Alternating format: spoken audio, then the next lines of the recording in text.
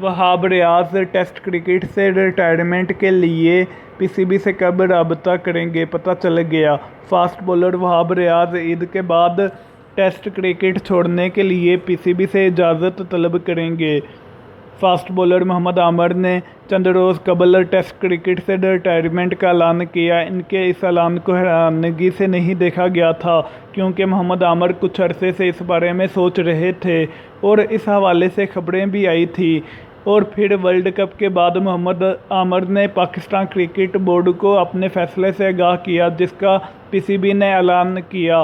मोहम्मद आमिर की रिटायरमेंट के फैसले के वक्त ये खबरें सामने आना शुरू हुई कि मज़ीद फास्ट बॉलर भी रिटायरमेंट ले सकते हैं। पहला नाम वहाब रियाज का सामने आया कि वो टेस्ट क्रिकेट से रिटायरमेंट ले रहे हैं। 27 टेस्ट मैचों में 83 विकेटें लेने वाले वहाब रियाज ईद के बाद पीसीबी हकाम से बात करेंगे और अपने इरादे के हवाले से एतमाद में लेंगे।